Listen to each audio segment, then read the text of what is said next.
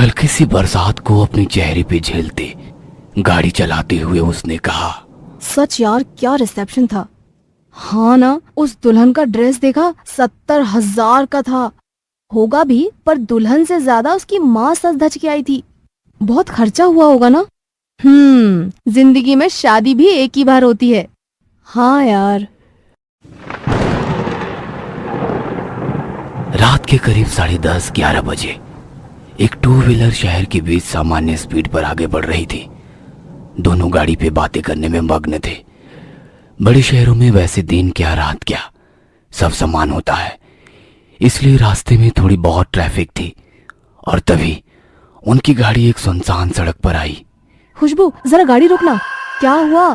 Please रोकना यार, एक काम याद आ गया। खुशबू ने स्पीड कम करते हुए रास्ते के बाजू में गाड़ी रोक दी। मनीषा गाड़ी से नीचे उतर गई।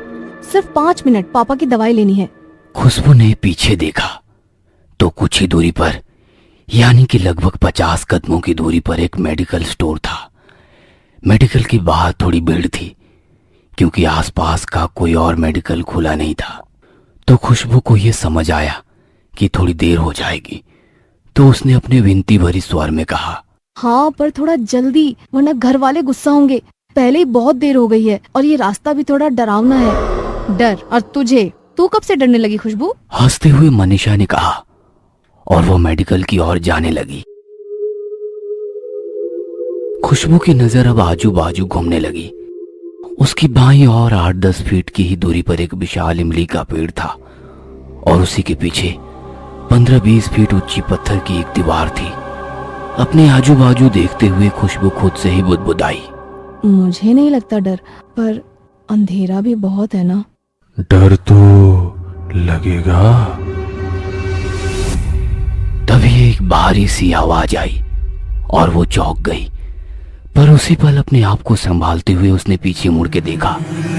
लगभग 25 की उम्र वाला एक जवान लड़का उस पेड़ के नीचे खड़ा था। पीछे से आने वाली गाड़ी की रोशनी में उसने देखा कि उसका रंग सांवला, हल्की सी दाढ़ी, चश्मा, white shirt and blue jeans में था वो। खुशबू ने उस लड़के को नजरअंदाज किया और मेडिकल के पास खड़ी अपनी दोस्त को देखने लगी। तभी उस जवान लड़के ने फिर से कहा, हम चाहे 4 लोगों में कितना भी साहसी बने, पर हमारे साहस का असली इम्तिहान ऐसे अनजान सुनसान जगह पे फैला हुआ अंधेरा लेता है। खुशबू चुपचाप खड़ी रही और उस लड़के ने फिर से कहा, डर लग रहा है ना मुझसे, पर डरो मत, मैं भूत नहीं हूँ।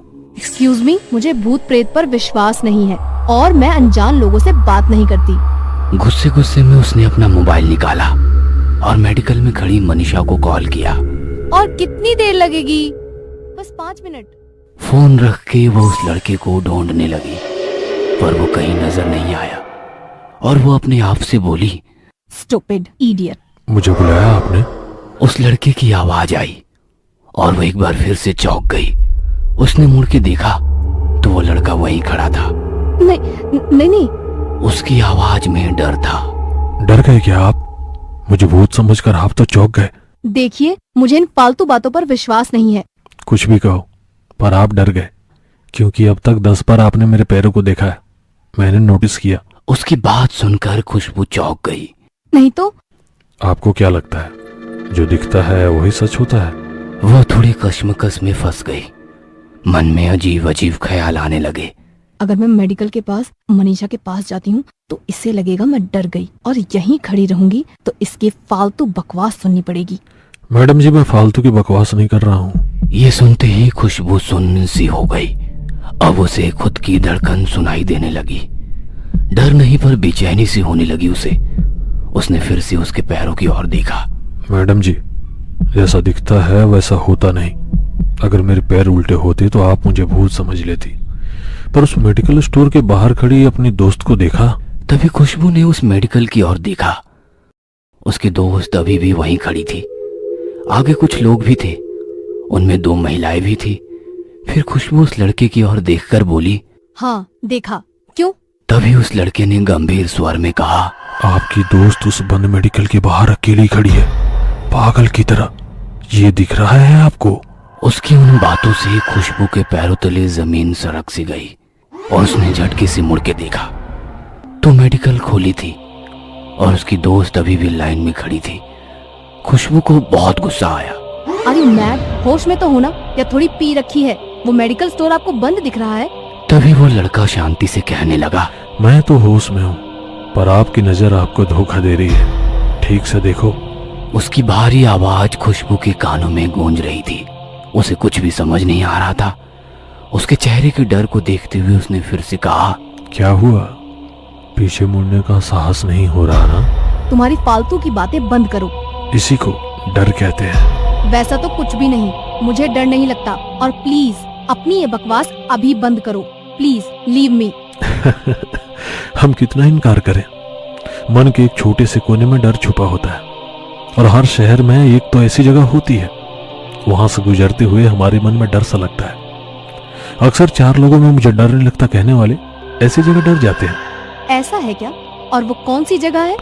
कोई ऐसी इमारत जो कई सालों से निर्मनुष्य हो, या शहर के बाहर कोई शमशान भूमि, सरकारी अस्पताल की पीछे वाली दीवार, या अस्पताल का पोस्टमार्टम रूम जहां मरे हुए शरीर की चीर फाड़ होती है। ऐसी जगह पल भर के लिए इंसान को बेचैन कर देती है। होगा शायद, पर यहाँ तो ऐसा कुछ नहीं दिखाई दे रहा है ना? अपनी भौहें ऊंची करते हुए उसने कहा। क्या? उसकी प्रशात्मक नजर को देखते हुए उस लड़के की नजर इमली के पेड़ के पीछे पत्थर की उस दीवार पर आकर रुकी। अपनी शांत और गंभीर आवाज में उसने कहा, ये सरकारी अस्पताल की पीछे वाली दीवार है, और इस दीवार के बराबर पीछे एक रूम है, पोस्टमार्टम रूम, जहां अभी किसी शरीर की चीर फाड़। बस। अपनी कान को बंद करते हुए उसने अपनी आंखें बंद कर ली और उस लड़के को बीच में ही रोक दिया। फिर उसने मोबाइल निकाला और अपनी कानों में लगाया। ना चाहते हुए भी उसने तिरछी नजर से उस दीवार की ओर देखा, जिसे देखकर उसका मन और भी बेचैन सा होने लगा। यहाँ से तो जाना ही बेहतर है। खुशबू बुदबुदाई। मनीषा को दवाई मिली होगी या नहीं ये देखने वो पीछे मेडिकल स्टोर की तरफ मुड़ी और उसकी धड़कन थम सी गई। डर की एक लहर मानो उसकी पूरे शरीर में उठ गई। वह मेडिकल बंद थी। मनीषा अकेले उस स्टोर के बाहर खड़ी थी और खुशबू को घूर रही थी। उसका पूरा गला सूख गया था, मानो जैसे पल थम सा गया हो। कुछ पल वो उसे ही देख रही थी और पलक झपकते ही सब पुराने जैसा दिखने लगा। मेडिकल स्टोर खुला था और मनीषा उस स्टोर वाले के साथ कुछ बातें कर रही थी। खुशबू ने गर्दन घुमाई और उस लड़के को देखने लगी तो वो कहीं नजर ही नहीं आया। अभी भी उसका दिल जोर जोर से धड़क रहा था। इमली के पेड़ के पीछे वाली दीवार पर आकर रुकी हुई उसकी नजर उसे डर का एहसास दे रही थी। और अचानक कुत्ते के भौंकने से वो एक बार और चौंक गई। उसने कुत्तों की आवाज की ओर देखा। हड्डियों का ढांचा, हल्के भूरे रंग के बाल और पीछे की टांग से लंगड़ाते हुए वो कुत्ता जोर जोर से भौंक रहा था। खुशबू ने अपनी बेचैनी भरी नजरों से उस कुत्ते की ओर देखा और वो कुत्ता अपनी पूरी शक्ति लगाकर उस इमली के पेड़ की ओर देखकर भौंक रहा था। उसे देखकर उस कुत्ते के साथ आसपास के सारे कुत्ते भी भौंकने लगे। ये सब नजारा देख वो और डर गई और अपने आप से बुदबुदाने लगी। अब इस कुत्ते की पूंछ पर किसने पैर रख दिया? और वो पागल लड़का कहाँ गया? अभी तो यही था, फालतू का डर दिखा के चला गया। मुझे बुलाया आपने? उसकी आवाज सुनते ही उसने आवाज की ओर देखा। वो उसकी बाजू में खड़ा था। उसने शांति भरी आवाज में कहा, डर गए ना? खुशबू पर टिकी हुई नजर उसने कुत्तों की ओर घुमाई और कहा, देखिए, कुत्ते ऐसे बिना वजह तभी भौंकते हैं जब उन्हें आसपास कोई बुरी शक्ति होने का एहसास हो। उसकी बात सुनते ही खुशबू ने कुत्तों की ओर देखा। वो अभी भी उस इमली की पेड़ को देखते हुए भौंक रहे थे। मतलब? मैं कुछ समझी नहीं। मतलब भूत, पिशाच, चुड़ैल, डायन जैसी शक्तियों को हम आम इंसान देख नहीं सकते। उस शक्ति को ये प्राणी महसूस कर सकते हैं, और जब भी कुत्ते रोते हैं तभी शक्ति किसी को अपने साथ लेने आई होती है। यानी तुम कहना क्या चाहते हो कि यहाँ भूत है? होगा भी। इस पेड़ पर या आपके बाजू में, या शायद आपकी गाड़ी के पीछे वाली सीट पे बैठा होगा। कहीं भी हो सकता है। पर किस लिए? उस शक्ति को कोई शिकार पसंद आए तो उस शिकार को अपने साथ ले जाने का पूरी तरह प्रयास करते हैं। शायद आप उस शक्ति को पसंद हो। खुशबू को बहुत गुस्सा आता है। What nonsense! कौन हो आप? और मैं सुन रही हूँ तो आप मुझे कुछ भी बोले जा रहे हो। और प्लीज आप ना मुझसे बात ही मत करो। खुशबू की बातों से ये पता चल रहा था कि वो पूरी तरह डरी हुई थी। अपना डर छुपाने के लिए उसने अपना फोन निकाला और मनीषा को फोन लगाने लगी। चल यार, स्टूपिड, सॉरी यार, ये दवाई दूसरी कोई भी जगह नहीं मिलती। तभी खुशबू ने गाड़ी स्टार्ट की और कहा, तुझे नहीं, उस लड़के को कहा जो इतनी देर से बकबक करके मुझे बोर कर रहा था। कुछ भी, कब से देख रही हूँ तुझे, तू तो अकेली खड़ी थी, कोई भी नहीं था तेरे आसपास। अरे उस इमली के पेड़ के नीचे खड़ा था, शायद तेरा ध्यान नहीं था। पर ऐसा कहते हैं कि इमली के पेड़ के नीचे बुरी शक्तियों का वास होता है। मतलब के भूत। मनीषा की बात सुनते ही वो शांत हो गई और तभी पीछे से कुत्तों की रोने की आवाज आने लगी। उसके मन में अजीब सी बेचैनी होने लगी।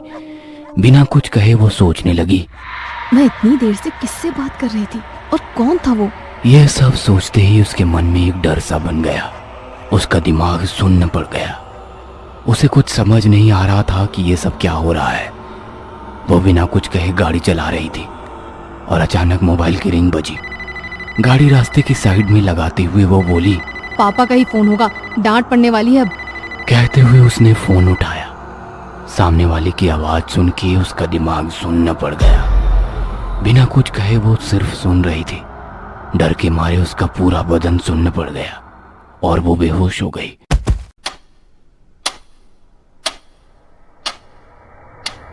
दूसरे दिन रात 10 बजे। अजी सुनिए, खुशबू को होश आ गया है। आवाज सुनते ही डॉक्टर और उसके पापा दौड़ते हुए आ गए। बेटा, अब कैसा लग रहा है और कल रात क्या हुआ था, कुछ याद है? उसने आंखें खोली तो वो अस्पताल में थी। खुशबू अभी भी उस हादसे से उभरी नहीं थी। उसका सिर भारी हो गया था, पूरा बदन बुखार से तप रहा था। वो बिना कुछ कहे बेड पर पड़ी रही। मनीषा और खुशबू के घर वाले उसकी और चिंता से देख रहे थे और मनीषा सबको बताने लगी, रिसेप्शन से लौटते वक्त पापा की दवाई लेने के लिए हम उस मेडिकल के पास रुके। भीड़ होने के कारण थोड़ी देर हो गई और मनीषा की बात सुनते ही खुशबू को रात को घटी पूरी घटना आंखों के सामने आ गई। मनीषा ने दवाई ली और गाड़ी पर घर की ओर निकले। आते समय एक कॉल आया। गाड़ी रास्ते के बाजू में रोककर कॉल उठाया। लगा कि पापा का कॉल होगा, पर फोन पे मनीषा गुस्से से चिल्ला रही थी, कहाँ है तू? मुझे मेडिकल में अकेला छोड़कर कहाँ चली गई तू? कितनी देर से तेरे लिए रुकी थी। आखिरकार मैं ऑटो से घर आ गई। 2 घंटे हो गए, तुझे सब ढूंढ रहे हैं और तू फोन क्यों नहीं उठा रही है? फोन पर मनीषा की बात सुन के मेरा दिमाग सुन पड़ गया। फिर गाड़ी पे पीछे कौन बैठा था? उसकी डरी हुई बेचैन नजर आजू बाजू घूम रही थी। उसने गाड़ी घुमाई और वापस इमली के पेड़ के पास आकर रुकी। पीछे मेडिकल बंद था और वो कुत्ते अब खुशबू को देखकर रोने लगे थे। पूरा शरीर अब कांप रहा था। तभी उसे वो लड़का याद आया। यही कहीं होगा वो। फिर उसे कुछ सुनाई दिया। शिकार पसंद आया। दिल की धड़कनें जैसे रुक सी गई। ना चाहते हुए उसने आवाज की ओर देखा तो वो लड़का वहीं दीवार के पास खड़ा था। खुशबू आंखें फाड़ फाड़ के उसे देख रही थी। खुशबू को देख के वह अजीब सा हंसने लगा और दूसरे ही पल वो उस दीवार के आर पार चला गया। यह देखकर उसे चक्कर सा आ गया और वो बेहोश हो गई। उसे सब याद था, पर वो बताती तो किसे और कैसे। बहुत रात हो गई। खुशबू की माँ उसके साथ अस्पताल में ही रुक गई। बाकी सब लोग घर चले गए। डॉक्टर की दी हुई दवाई खाकर खुशबू बेड पर लेट गई। दवाई की वजह से उसे नींद कब लगी ये उसे पता ही नहीं चला, पर आधी रात में माँ माँ चिल्लाते हुए वो चौंक कर उठ गई। पूरा बदन पसीने से लथपथ था। दिल की धड़कन बढ़ी हुई थी।